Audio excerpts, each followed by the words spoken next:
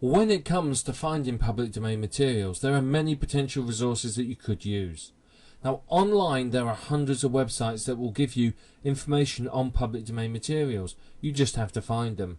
In the next few videos we will talk about these websites and how you can use them to find public domain materials and what's on each one of them. We've broken the next set of videos down into categories, so we're going to talk about books and audio and video and graphics and so on, so you can have a look at some of the websites. We're not going to go through all of them because obviously there's a lot of websites. We're just going to talk about some of them, but there's many different resources online.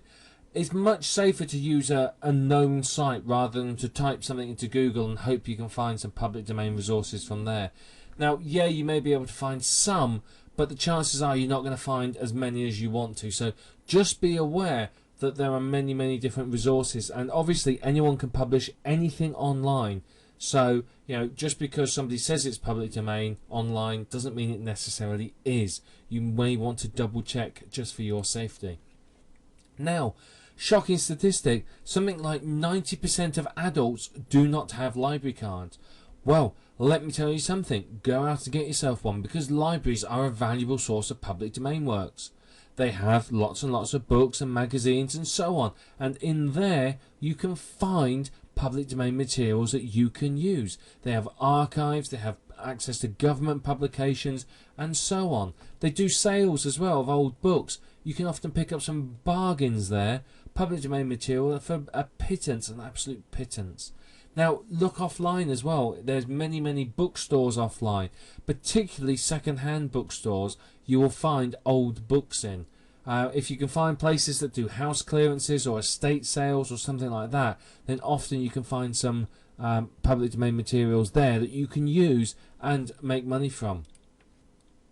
Now, a great place to find cheap public domain works is at places like thrift shops, second-hand bookshops, garage sales, car boot sales, tabletop sales, whatever it might be. Anywhere where people are selling things they don't want anymore, you can find some cheap public domain works. Now, personally, I went to, over in England, we have a event called the car boot sale, which is basically you drive into a big field with your car, you put out some tables, you put all the junk you don't want on the table, people coming along offer you money for it. Basically, it's like a garage sale but in the field and lots of people all together.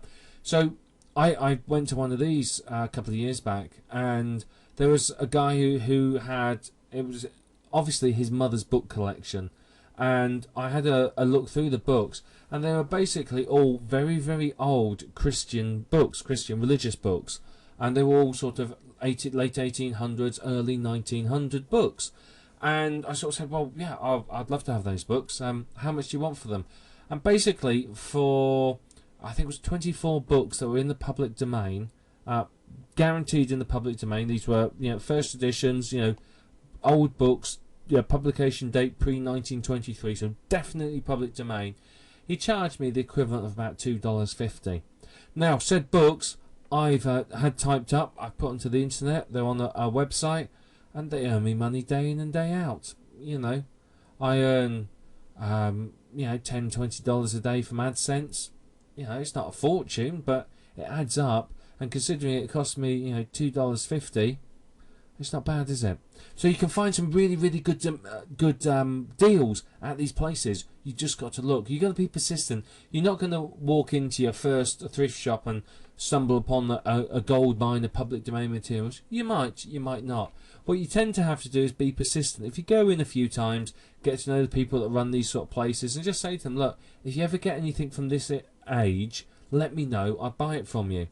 Or I'd like to give you first offer on it. I'll give you a good price. And quite often they'll just put things to one side and, you know, or give you a call. I mean, I've had people do that for me, and you can often get hold of some really good material very cheap. You know, very worthwhile you doing this. It really is. So please think about it. You can, you know, get out from in front of your computer and go and hunt around shops and places.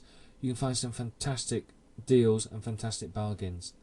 Now, there's also companies, and we'll talk about one or two of these in a little while, but they're rare book search companies. Basically, if there's an out-of-print book that you want to get hold of, these guys will go and find it for you.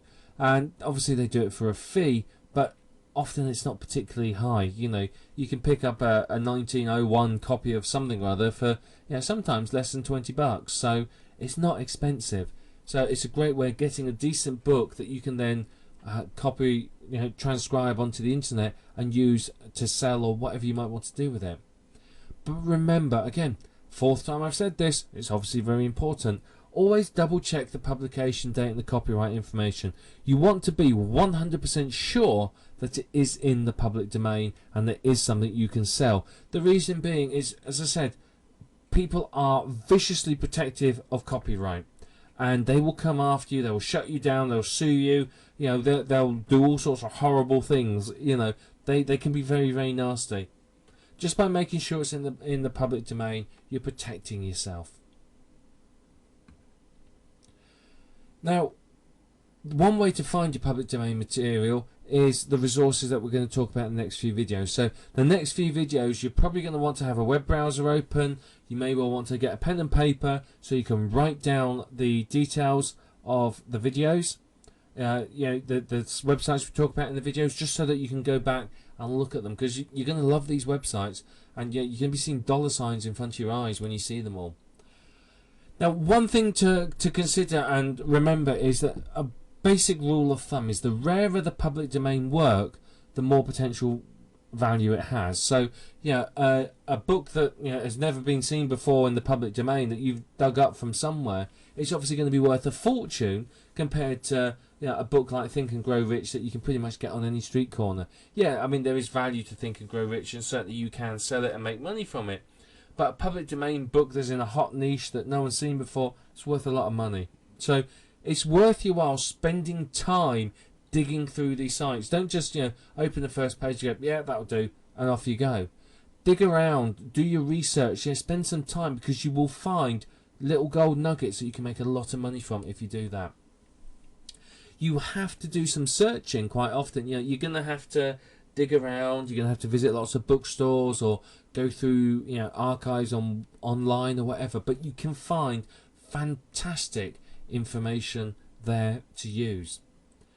And it is worth doing. I mean, you can outsource this, you don't have to do it yourself. You can outsource it, but it's worth doing because you can earn very, very well from it and make a lot of money. I mean, people do make 5- and 6-figure incomes from this, so yeah, it's not bad work to do. Now, of course, there's many other more common works that people are more familiar with. Now, you can sell those and repackage them and basically edit them or whatever you might want to do, and still make money from those as well. You don't have to go and try and find something super rare that no one's ever seen before. Any of the more popular works, as I said, you can package together things like Think and Grow Rich, The Science of Getting Rich, and The Art of Money Getting, and books like that. They're in the public domain. You can package them together and create a money mindset or millionaire mindset set of books. So yeah, there's lots and lots of potential there. There really, really is. But the next few videos, I want you to sit and watch and think, because there's going to be a lot of information in them. We're going to show you some good sites, and you're going to sit there and really, really get some great ideas from it. So please just think about those. So yeah, let your imagination run riot. Go through the websites yourself, search, have a look, and just see what you can find, because the potential is massive.